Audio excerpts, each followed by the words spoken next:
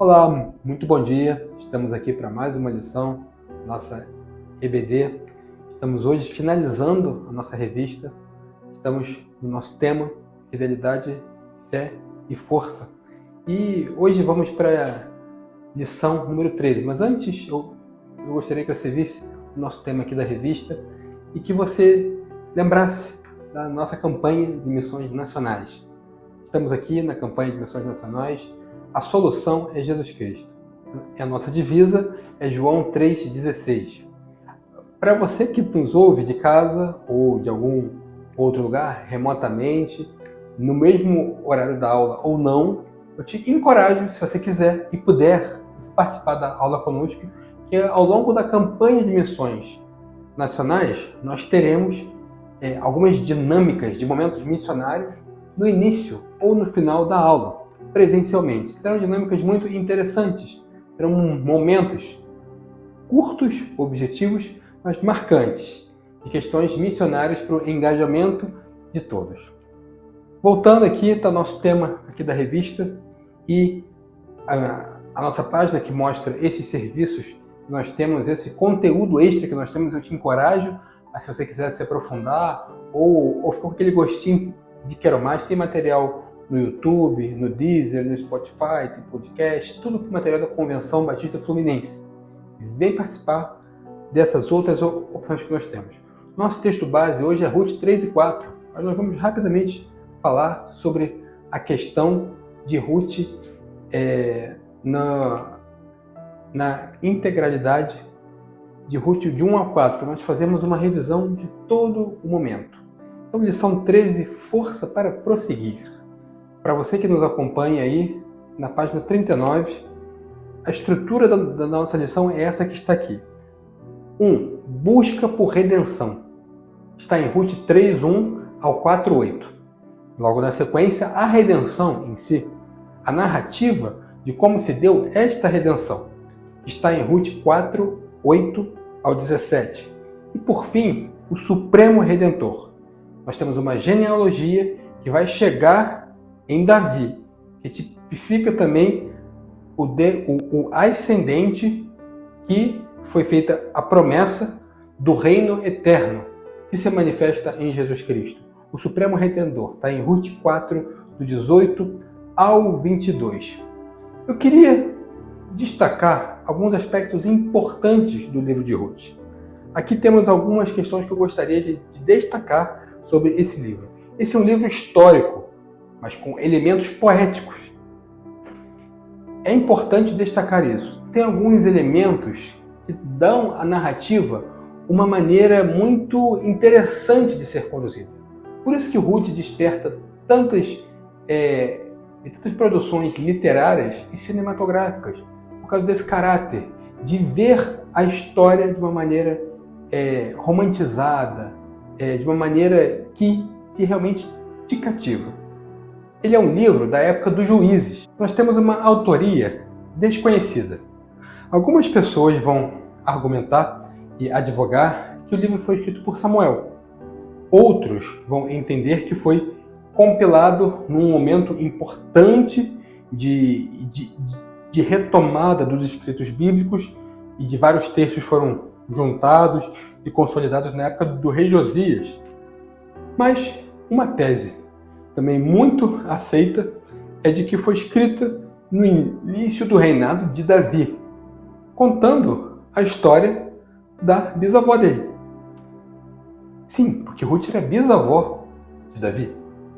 Então, para legitimar o reinado de Davi, um dos fatores legais e importantes, interessantes, seria contar uma história, fazer um livro, não existia publicação, né? Mas tinham cópias, manuais, manuscritas. Vamos fazer um escrito contando uma história que possa mostrar que Davi é da linhagem de Judá, era a linhagem da primogenitura dada pelo próprio Deus e que seria a herdeira da promessa do Messias, da linhagem de Judá. Então, nada mais interessante que provar esse pedigree de Davi, digamos assim, naquele momento que ele ainda estava iniciando e consolidando o reinado dele.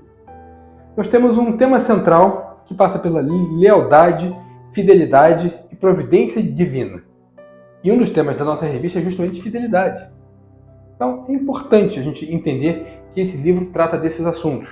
E o tema teológico principal do livro de Ruth é redenção.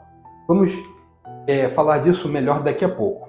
Outros aspectos importantes do livro que para alguns podem ser aquela seção de curiosidades, mas que são aspectos relevantes mesmo. Gostaria de falar aqui um dos dois livros da Bíblia com uma mulher como protagonista. Qual que é outro? Você vai lembrar, Esther.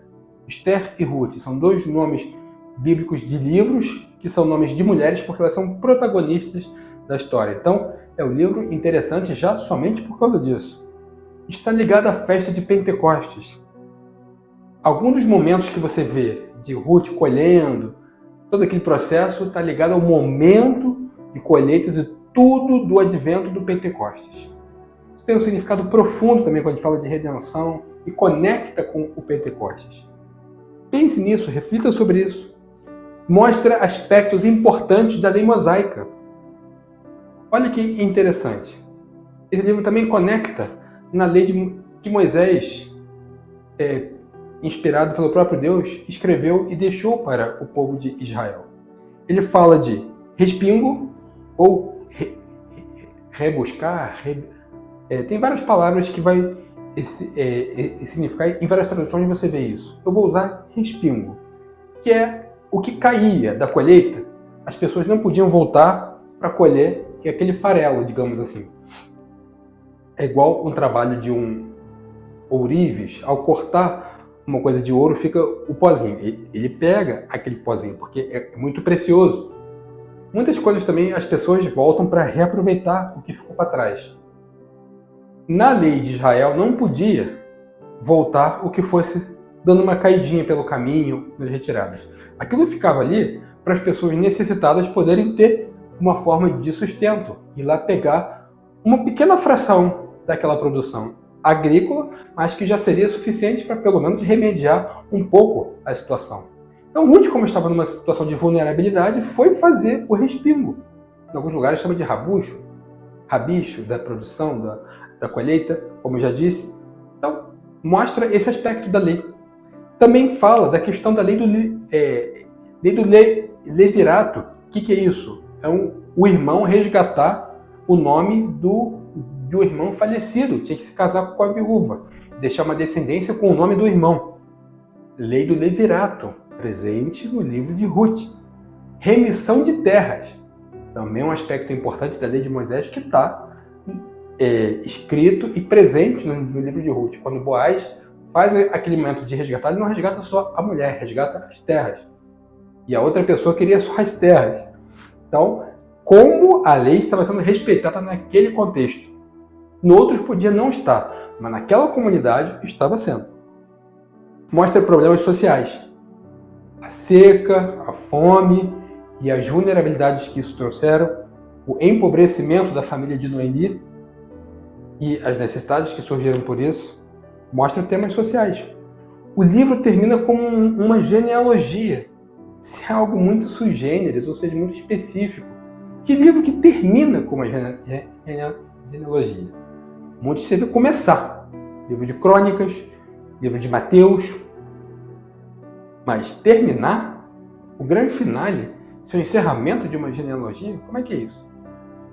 É justamente para legitimar toda essa história, trazer a redenção para a semente, a família e toda a descendência de Davi, do reinado. Por isso que o livro ele termina, ele cessa, ele fecha, ele conclui com uma genealogia. E Davi refugiou-se em Moabe, terra da sua bisavó. Ruth era de onde? No começo do livro diz Ruth, moabita. Interessante, Davi, que aquele livro está legitimando, quando precisou fugir de Saul, foi para onde? Peregrinar por onde? Pelas terras de Moabe. Coisa interessante. Outra coisa interessante, Ruth tornou-se nora de Raabe. Raabe, que a Bíblia fala Raabe, a meretriz, mas que se tornou ascendente de Jesus Cristo, de toda a linhagem real também do período dos reis, que foi essa linhagem que depois, dando continuidade no exílio babilônico, no período interbíblico, chegou até José e Jesus Cristo. Olha que interessante. Será que por acaso que Raabe foi sogra de Ruth e Ruth nora de Raabe? Duas estrangeiras, duas mulheres em vulnerabilidade, duas mulheres numa condição frágil, mas duas mulheres que entenderam que precisavam do Deus de Israel e por isso foram resgatadas, redimidas. E Raabe acabou se casando muito bem com um homem muito honrado para a época. E Ruth também se tornaram mulheres que eram consideradas impuras, se tornaram noivas imaculadas de um noivo bem afamado, de um noivo fantástico, sensacional, o melhor que tinha. Será que isso é por acaso? Não. Tudo isso está conectado no que você já deve estar pensando aí, exatamente isso. Vamos fazer a leitura de Ruth 1. Gostaria de fazer uma dinâmica diferente. Vou fazer duas leituras do mesmo texto. Você está preparado? Se você quiser acompanhar na sua Bíblia, no seu dispositivo, vamos ler Ruth 1 e Ruth 1. Aconteceu nos dias em que julgavam os juízes que houve uma fome na terra. Por isso, um homem de Belém de Judá saiu a peregrinar nos campos de Moabe. Ele, sua mulher e seus 2 filhos. O nome deste homem era Elimeleque e o nome de sua mulher Noemi.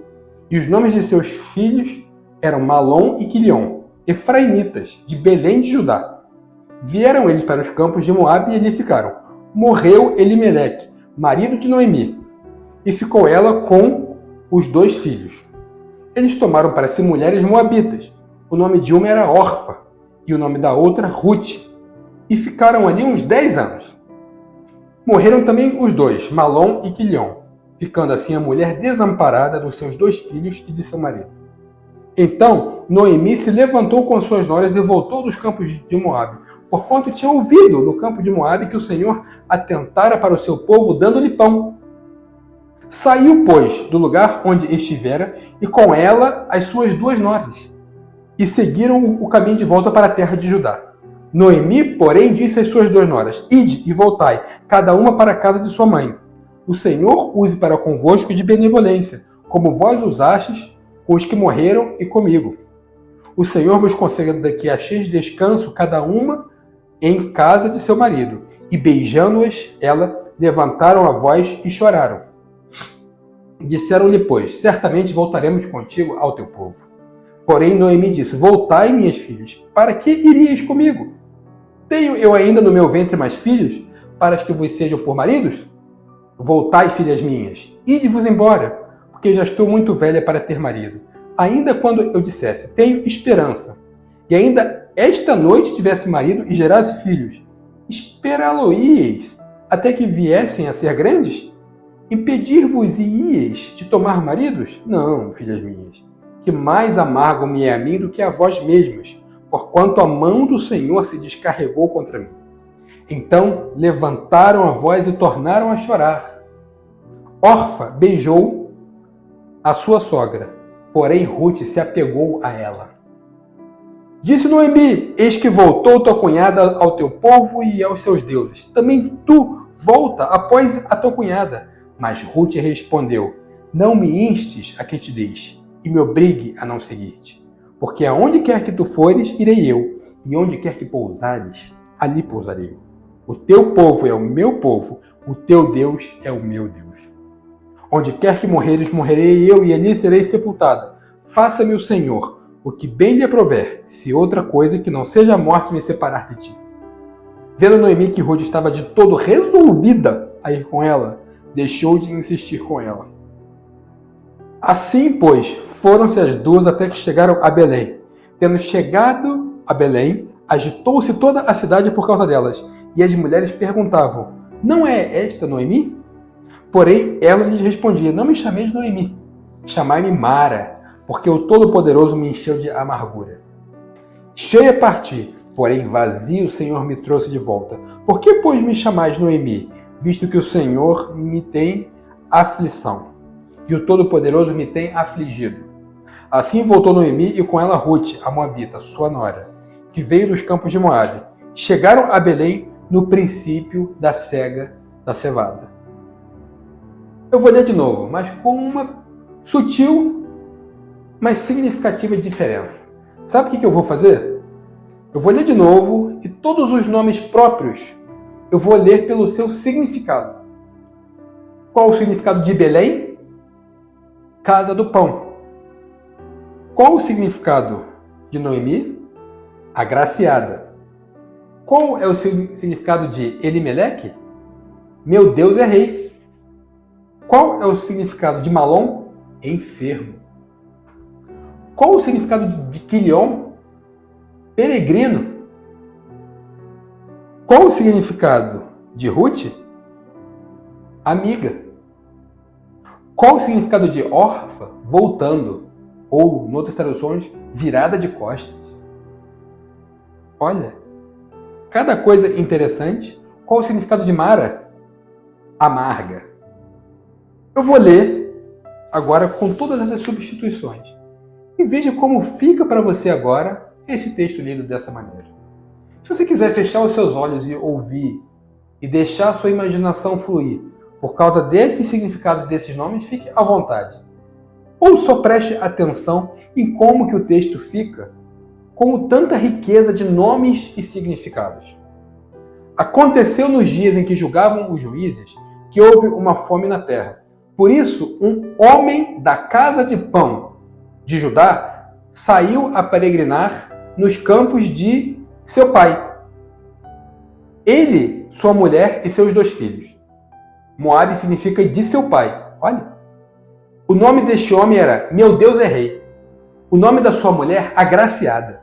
E os nomes dos seus filhos eram Enfermo e Peregrino, efraimitas, da casa do pão de Judá. Vieram eles para os campos do meu pai e ali ficaram. Morreu Meu Deus é Rei, marido de Agraciada, e ficou ela com os 2 filhos. Eles tomaram para si mulheres do meu pai. O nome de uma era Voltando, e o nome da outra Amiga. E ficaram ali uns 10 anos. Morreram também os 2, Enfermo e Peregrino, ficando assim Agraciada, desamparada dos seus 2 filhos e do seu marido. Então Agraciada se levantou com as suas noras e voltou dos campos de seu pai. Porquanto tinha ouvido no campo do seu pai que o Senhor atentara para o seu povo, dando-lhe pão. Saiu, pois, do lugar de onde estivera ela com as suas 2 noras e seguiram o caminho para a terra de Judá. Agraciada, porém, disse às suas 2 noras: Ide e voltai, cada uma para a sua casa de sua mãe. O Senhor use para convosco de benevolência, como vós usastes os que morreram e comigo. O Senhor vos conceda que acheis descanso cada uma em sua casa de seu marido. E beijando-as, ela levantaram a voz e choraram. Disseram-lhe, porém, certamente voltaremos contigo ao teu povo. Porém, Agraciada disse: Voltai, filhas minhas, porque irias comigo? Tenho eu ainda no meu ventre mais filhos para que eu vos sejam por maridos? Voltai, filhas minhas, ide-vos embora, porque já estou muito velha para ter marido. Ainda que quando eu dissesse, tenho esperança, e ainda que esta não tivesse marido e gerasse filhos, esperá-los-ias até que viessem a ser grandes? Impedi-vos-ias de tomar maridos? Não, filhas minhas, que mais amargo me é a mim do que a vós mesmas, portanto a mão do Senhor se descarregou contra mim. Então levantaram a voz e tornaram a chorar. Voltando, beijou a sua sogra, porém Amiga se apegou a ela. Disse Agraciada: Eis que voltou tua cunhada ao teu povo e aos seus deuses. Também tu volta após tua cunhada. Mas Amiga respondeu: Não me instes para que te deixe e me obrigue a não seguir-te, porque onde quer que fores, irei eu, e onde quer que pousares, ali pousarei eu, e o teu povo é o meu povo, e o teu Deus é o meu Deus. Onde quer que morreres, morrerei eu, e ali serei sepultada. Faça-me o Senhor o que bem lhe aprover, se outra coisa que não seja morte me separar de ti. Vendo Agraciada que a Amiga estava de todo resolvida a ir com ela, deixou de insistir com ela. Assim, pois, foram-se as 2 até que chegaram à casa do pão. Tendo chegado à casa do pão, agitou-se toda a cidade por causa delas. E as mulheres perguntavam: Não é esta Agraciada? Porém, ela lhes respondia: não me chameis agraciada, chamai-me amarga, porque o Todo-Poderoso me encheu de amargura. Cheia parti, porém vazio o Senhor me trouxe de volta, porque pois me chamais agraciada, visto que o Senhor me tem aflição e o Todo-Poderoso me tem afligido. Assim voltou agraciada e com ela amiga, a moabita, sua nora que veio dos campos. De seu pai chegaram à casa do pão no princípio da cega da cevada. Interessante isso? Gostou? Achou legal a experiência? Sabe o que é isso que nós fizemos? Alegorização. Está aqui, ó. Alegorização é a substituição de nomes próprios por seus significados.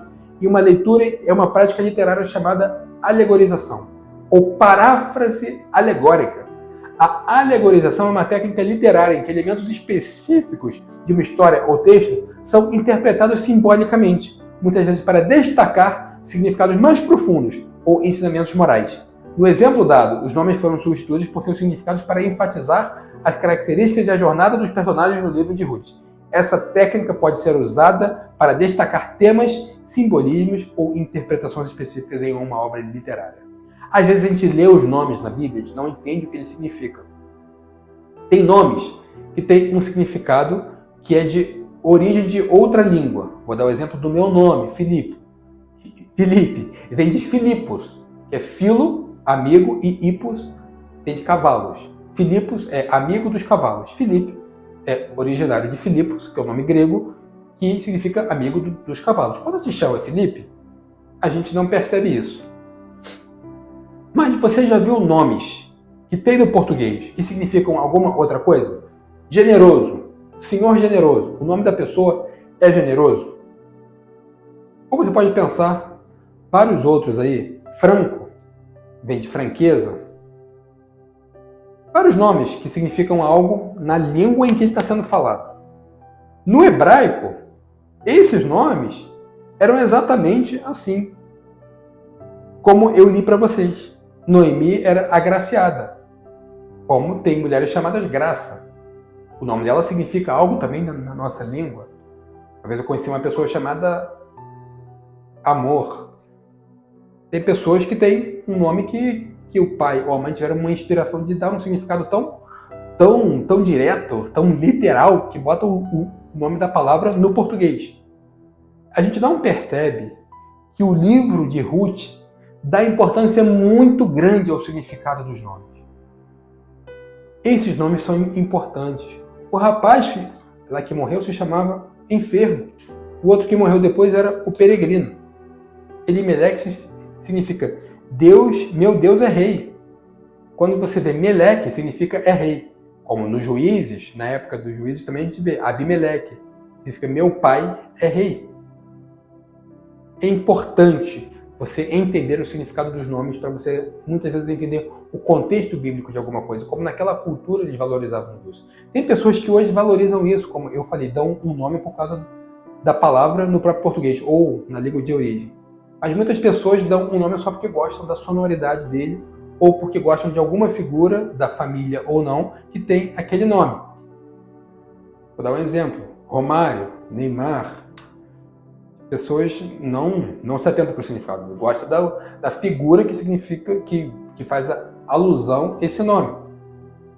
Mas é importante prestar atenção no significado. Eu te encorajo, sempre que for aconselhar alguém, ou você sendo pai e mãe, escolher o nome, atentar para o significado, porque isso tem uma influência, sim. É importante notar isso. Temos aqui, então, Ruth com todos esses significados, simbolismos interessantes, nos ensinam algo. Vamos entender Ruth 2, 3 e 4. Capítulo 1, a narrativa das tragédias. Ruth não deixa Noemi. Uma tragédia, mas é uma linda história de fidelidade. No capítulo 2, Ruth vai ao campo e encontra a benevolência de Boaz. Ruth vai para fazer aquele processo de respingar o campo.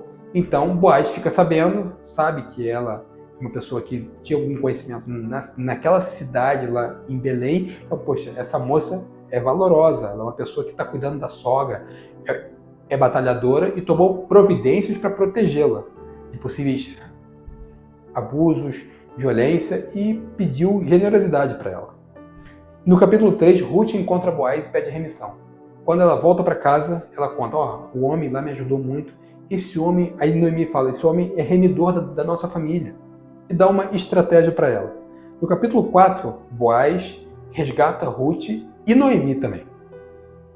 Eles casam-se e tem um filho Obed. Ele fecha o negócio na porta da cidade, ele sabe, ele respeita muito a regra, a norma, a lei. Existe outro parente mais chegado, que era remidor na frente dele. Talvez Noemi não tinha pensado nisso, ou não sabia disso. Não sabemos, não tem como saber. Mas ele, ainda que Noemi fizesse isso por ignorância da situação ou não, ele foi firme. Não, vamos ver se o outro quer resgatar. Ele falou, tem uma propriedade que você tem que resgatar. Você quer? Quero, mas tem que se casar com Ruth também. Ah, não, então não quero. Então você vai passar para mim que eu vou resgatar as terras e a Ruth. Então acontece isso, essa história de remissão. E o que isso nos ensina? O Supremo Redentor. A genealogia que encerra o livro de Ruth é única. Ela começa em Pérez e termina no rei Davi. Pérez, que era filho de Judá. E o filho Pérez é também fruto de uma remissão controversa. Nós temos outra mulher na genealogia de Jesus que Judá estava cometendo uma injustiça com Tamar, que era a nora dele. Ela, então, prepara uma estratégia e se faz passar por uma prostituta. E Judá, erroneamente, vai até essa suposta prostituta e tem um filho com ela, ela concebe. Meses depois, ela revela que estava grávida e era viúva. Ela não poderia engravidar, ela não poderia ter contato com outro homem, porque ela precisaria se casar de novo, deveria ter a liberação do sogro. Então, ela comprova mostrando um selo e um cajado, que eram de Judá, que ela ficou como penhor do pagamento do suposto serviço, e mostra, esse filho é teu. Você não resgatou o que você tinha que resgatar me dando o outro filho, me dando o seu outro filho. Foi injusta. E ela faz isso.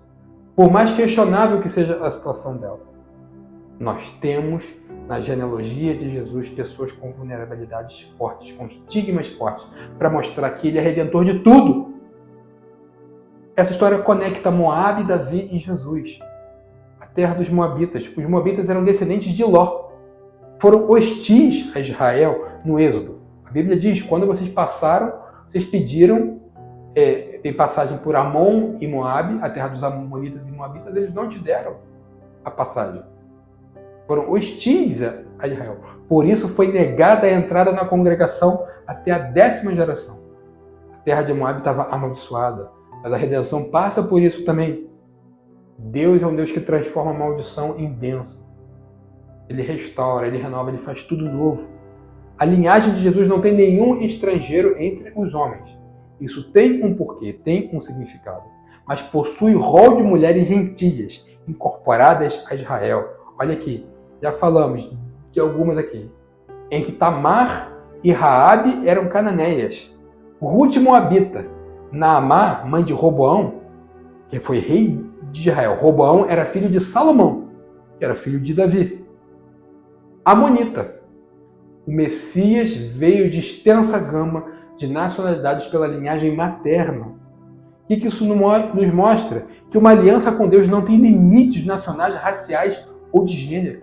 Mostra o caráter universal da salvação de Cristo, do plano de salvação.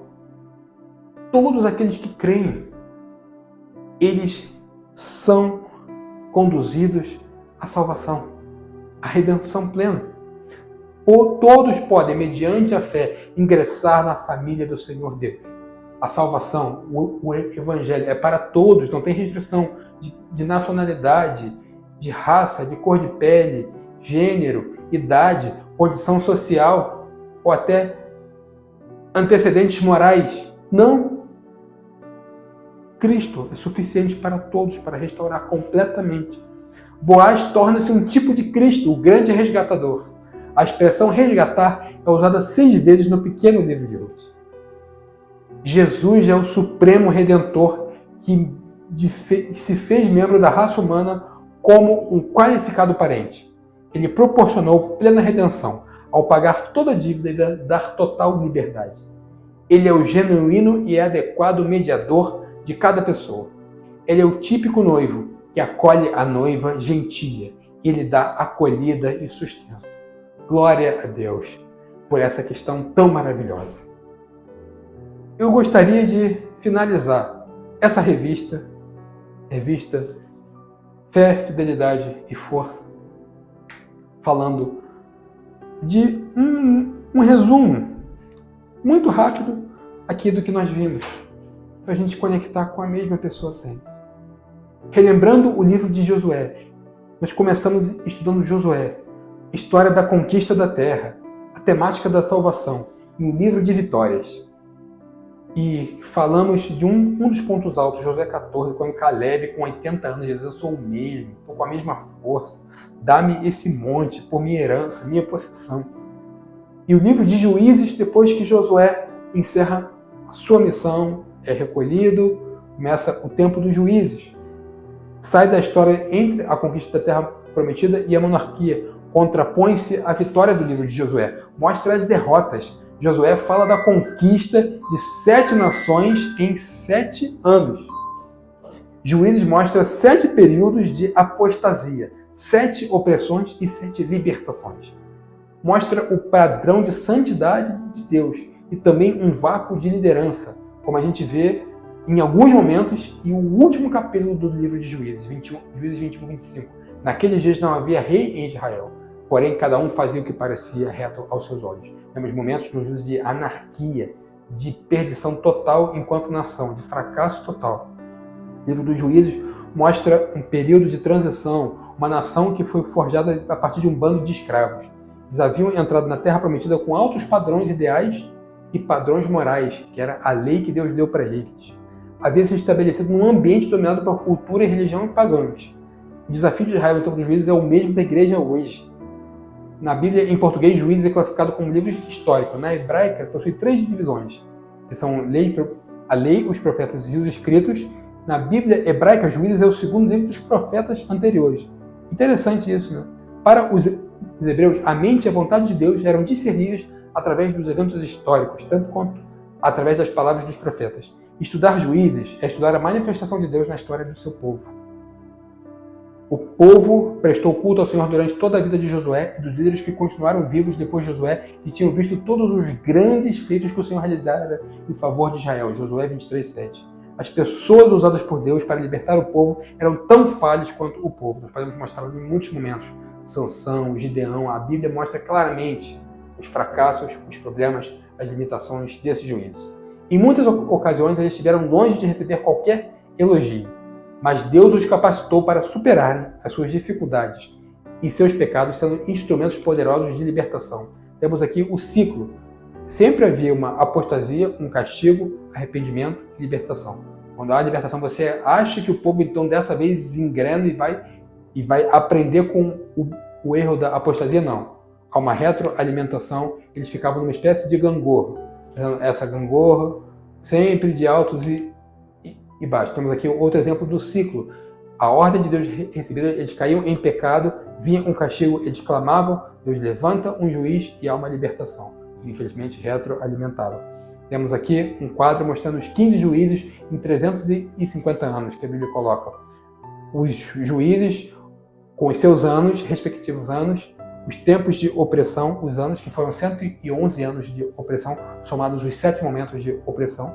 O tempo total dos juízes foi 455 anos, sendo que 349 anos como livres, e como já disse, 111 anos de opressão. Temos aqui um infográfico com cada momento dos juízes principais e os libertadores, e um mapa que mostra a terra de Israel, a divisão das tribos, como que eles conquistaram a terra, e os juízes espalhados pelo território. Você vê que cada juiz é de uma micro-região de Israel diferente. Uns mais ao norte, outros mais ao sul, outros mais centrais.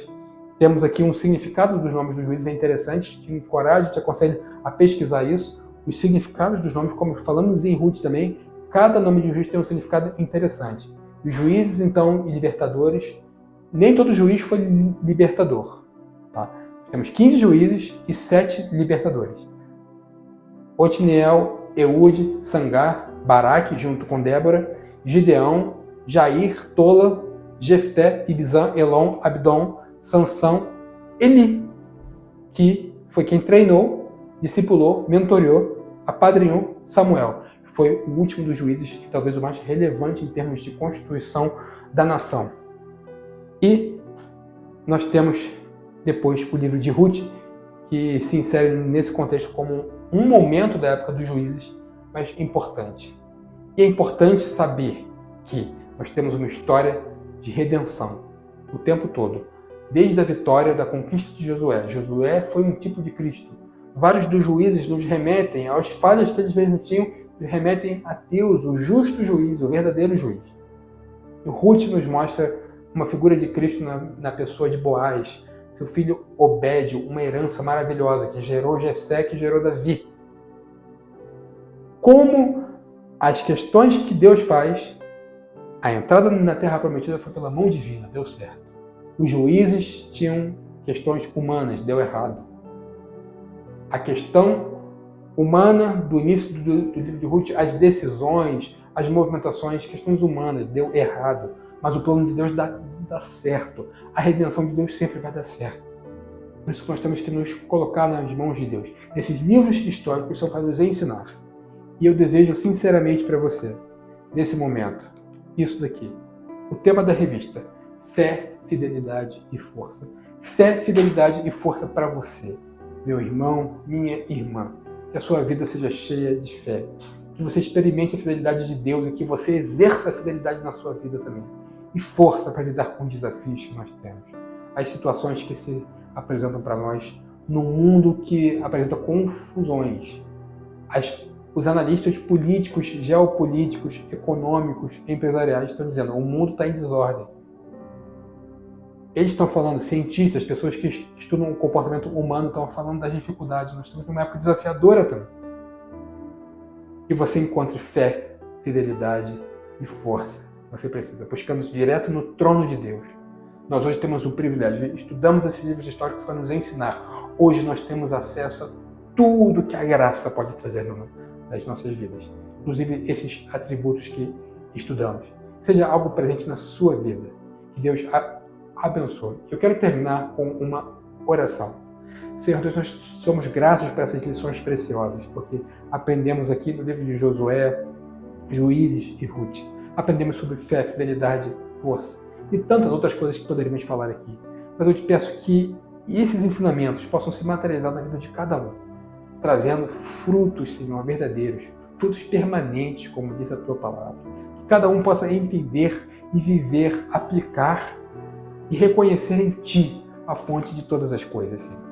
Que possamos experimentar na nossa vida fé, fidelidade e força como nunca antes, de uma maneira especial, adentrados e imersos no Teu mover. Que assim seja na vida de cada um que nos ouve, Senhor, que te pedimos em nome de Jesus. Vamos terminando aqui, encerramos, já aguardando a próxima revista, que seja bênção na vida de cada um. Lembre da campanha de missões nacionais, dê o like no vídeo, você também divulgue, compartilhe para as pessoas próximas. E aqueles que puderem e quiserem, é um prazer estar na aula presencial da classe alternativa. Venha participar conosco. Muito obrigado, que Deus abençoe a sua semana. Amém.